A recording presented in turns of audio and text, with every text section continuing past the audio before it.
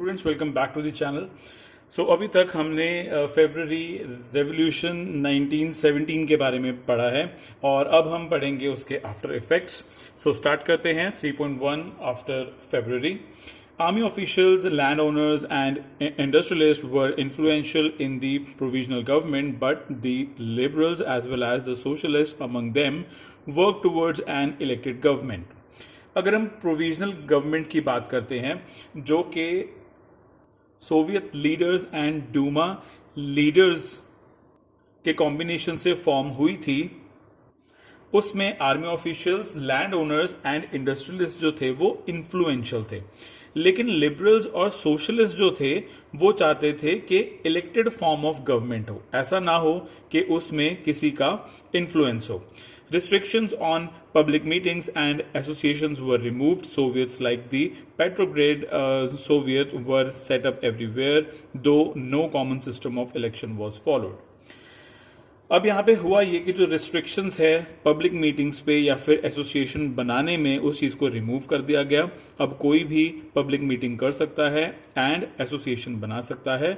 बहुत सारी सोवियट्स भी बनी, लेकिन ये जितनी भी सोवियट्स बन रही थी इन सब का जो सिस्टम ऑफ इलेक्शन था वो कॉमन नहीं था, तो इसलिए ये पता लगा पाना मुश्किल था कि कौन सी सोवियत जो है उसकी आइडियोलॉजी कौन सी है एंड किन्हीं दो सोवियट्स की आइडियोलॉजी मैच करती है या नहीं करती है, तो इस चीज का पता लगाना मुश्किल था। लेकिन बहुत सारी सोवियट्स बन रही थी, वो एक फैक्ट है। In April 1917, the Bolshevik leader Vladimir Lenin returned to Russia from his exile. अब आप लोगों ने पढ़ा है पहले वाले जो हमारे लेक्चर्स हैं उसमें मेंशेविक एंड बोल्शेविक्स के बारे में। बोल्शेविक्स का जो लीडर है जिसका नाम था व्लादिमीर लेनिन, वो रशिया में वापस आ गया अपने एग्जाइल से, यानी कि लेनिन जो है उनको उनकी कंट्री से बाहर निकाल दिया गया था पहले, लेकिन अब जो फेब्रुअरी रेवोल्यूशन है उसके बाद उनको वापस रशिया में बुला लिया गया। He and Bolsheviks had opposed the war since 1914. Now he felt it was the time for Soviets to take over power. वो और जितने भी बोल्शेविक्स थे वो 1914 से ही बोल रहे थे कि उन्हें वॉर नहीं करनी है, लेकिन उनकी बात नहीं मानी गई एंड अब उन्हें लगता था, अप्रैल 1917 में उनको लगता था कि अब टाइम आ गया है जब सोवियत अपनी पावर दिखानी शुरू करे। He declared that the war to be brought to a close, land be transferred to the peasants and banks be nationalized. उन्होंने डिक्लेयर किया कि जो वॉर है वो अब बंद कर दी जाएगी, यानी कि अब इसके अलावा और कोई भी वॉर को नहीं लड़ा जाएगा। जो लास्ट लड़ाई लड़ी वो वर्ल्ड वॉर वाली थी, अब इसके बाद कोई भी वॉर नहीं की जाएगी एंड जो लैंड है वो ट्रांसफर की जाएगी पीजेंट्स को। लैंड जो है वो ज्यादातर जो नोबल्स थे उनके पास थी या फिर जो एरिस्टोक्रेट्स हैं, चर्च हैं, उनके पास थे, लेकिन अब उनसे लैंड को लेके पीजेंट्स के पास ट्रांसफर कर दी जाएगी एंड जो बैंक्स हैं वो अब नेशनलाइज हो जाएंगे, यानी कि जितने भी बैंक्स हैं वो अगर प्राइवेट थे तो अब वो नेशनलाइज किए जाएंगे। These three demands were लेनिन्स April thesis, और इन्हीं तीन डिमांड्स को अप्रैल थीसिस कहा जाता है लेनिन की। ये बहुत ज्यादा इंपॉर्टेंट है, ये आप लोगों को याद करना चाहिए कि अप्रैल थीसिस क्या थे, क्योंकि ये क्वेश्चन आ जाता है, 3 मार्क्स में भी आ जाता है, 1 मार्क्स में भी आ जाता है, तो आपको ये अच्छे से याद रखना है। जो अप्रैल थीसिस थे उसमें 3 डिमांड्स थी लेनिन की। फर्स्ट डिमांड ये थी कि वॉर को क्लोज किया जाए, सेकंड डिमांड ये थी कि जो लैंड है वो पीजेंट्स को ट्रांसफर की जाए एंड थर्ड डिमांड ये थी कि जो बैंक्स हैं उनको नेशनलाइज किया जाए। He also argued that the Bolshevik party renamed itself the Communist Party to indicate its new radical aims. और वो ये भी कहते थे कि अब हम बोल्शेविक पार्टी का जो नाम है वो हम रीनेम कर देंगे, अब जो पार्टी का नाम होगा वो होगा कम्युनिस्ट पार्टी, ये बताने के लिए कि हम न्यू रेडिकल एम्स वाली पार्टी हैं। ठीक है, तो इस वजह से most others in the Bolshevik party were initially surprised by the April thesis. They thought that the time was not yet too ripe for a socialist revolutionary. लेकिन ये जो अप्रैल थीसिस वाली बात थी, इससे ज्यादातर बोल्शेविक पार्टी के जो मेंबर्स थे वो सरप्राइज हो गए, क्योंकि उनको ऐसा लगा कि ये सही वक्त नहीं है सोशलिस्ट रेवोल्यूशन करने का, and the provisional government needed to be supported. And जो ज्यादातर मेंबर थे बोल्शेविक पार्टी के, उनको लगता था कि ये वो टाइम है जब हमें अपनी प्रोविजनल गवर्नमेंट को सपोर्ट करना है। ठीक है, यानी कि अप्रैल थीसिस के आने के बाद ज्यादातर बोल्शेविक पार्टी के जो मेंबर्स हैं उनको लगा कि ये सही वक्त नहीं है हमारे सोशलिस्ट रेवोल्यूशन का, बल्कि ये सही वक्त प्रोविजनल गवर्नमेंट को सपोर्ट करने का है। But the developments of the subsequent months change their attitude. लेकिन जैसे जैसे जो मंथ्स हैं वो आगे आगे बढ़ते रहे, अप्रैल के बाद मई आया, मई के बाद जून आए, ऐसे ऐसे में क्या हुआ कि जो बोल्शेविक पार्टी के मेंबर्स थे उनकी जो सोच है वो भी बदलती गई। फिर उनको लगा कि नहीं, प्रोविजनल गवर्नमेंट जो है उनको सपोर्ट करने का टाइम नहीं है, ये तो सोशलिस्ट रेवोल्यूशन करने का टाइम है। Through the summer, the workers' movement spread in industrial areas. Factory committees were formed which began questioning the way industrialists ran their factories. Trade unions grew in numbers. Soldiers' committees were formed in the army in June. About 500 Soviets sent representative to an all-Russian Congress of Soviet. अब क्या क्या changes आने लगे? सबसे पहली बात तो industrial areas जो हैं वहां पे वर्कर्स की जो मूवमेंट है वो काफी ज्यादा स्प्रेड होने लगी। ऐसे में क्या हुआ कि जो फैक्ट्री कमेटीज हैं वो बहुत ज्यादा बनने लगी, जिसमें के इंडस्ट्रियलिस्ट किस तरीके से वर्कर्स से काम कराते हैं इस पे क्वेश्चनिंग होने लगी। अब आपको अगर याद हो, जो ड्यूमा के लीडर्स हैं वो इंडस्ट्रियलिस्ट थे, ठीक है, एंड जो सोवियत्स थे वो वर्कर्स लोग ज्यादा थे।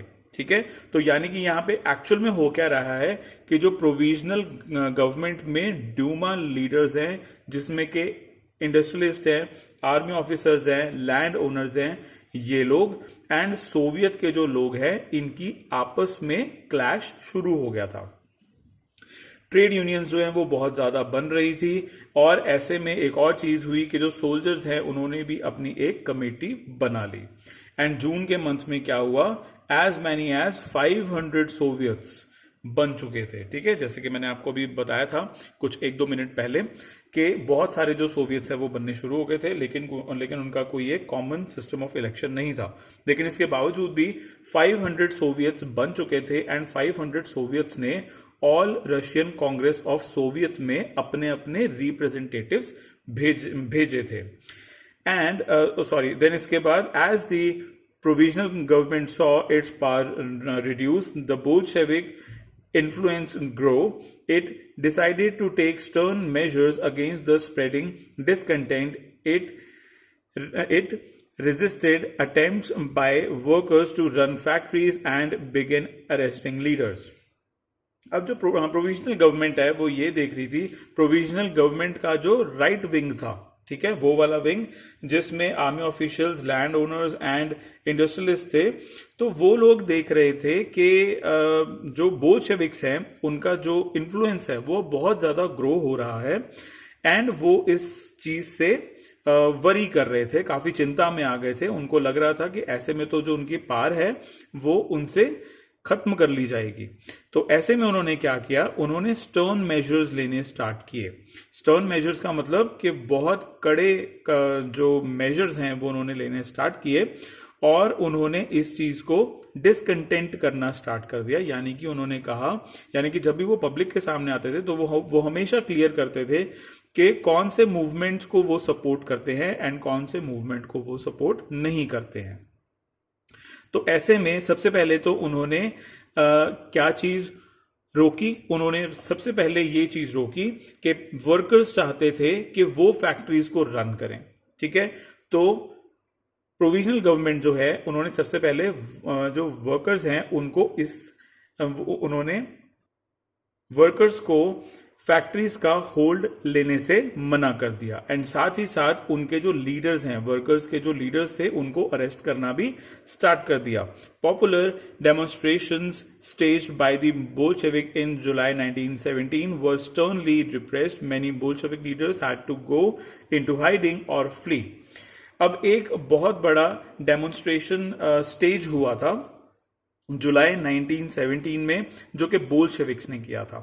अब इस चीज को रिप्रेस करने के लिए, इस चीज को सप्रेस करने के लिए जो प्रोविजनल गवर्नमेंट है उसने बहुत तरीके के आइडियाज अप्लाई किए, जिसकी वजह से बोल्शेविक के जो लीडर्स हैं वो सप्रेस हो जाएं, वो रिप्रेस हो जाएं. और अल्टीमेटली क्या हुआ कि बहुत सारे बोल्शेविक लीडर्स जो हैं उन्हें जुलाई 1917 में या तो हाइड होना पड़ा या फिर फ्ली होना पड़ा.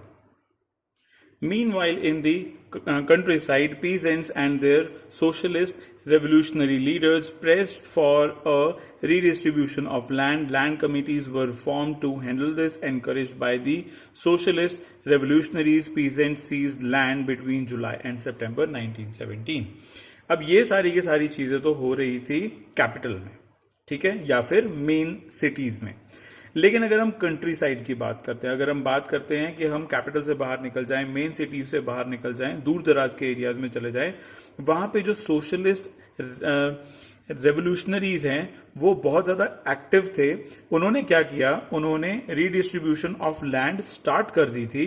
इस चीज के लिए उन्होंने एक कमेटी भी बना ली थी एंड सोशलिस्ट रेवोल्यूशनरीज से एनकरेज होके बहुत सारे पीजेंट्स ने जुलाई से लेके सितंबर के बीच बीच में बहुत सारी लैंड सीज भी कर ली थी.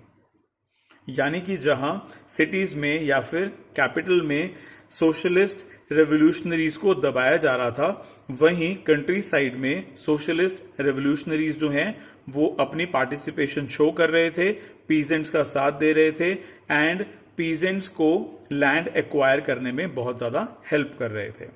सो स्टूडेंट्स, इस लेक्चर में बस इतना ही. नेक्स्ट लेक्चर में हम बात करेंगे अक्टूबर रेवोल्यूशन 1917 के बारे में. 6 महीने बाद ही, अप्रॉक्सीमेटली 6 या 7 महीने के बाद ही एक और रेवोल्यूशन रशिया में हुआ था, उसके बारे में हम पढ़ेंगे नेक्स्ट लेक्चर में. So that's it for this video students. I will see you in the next one.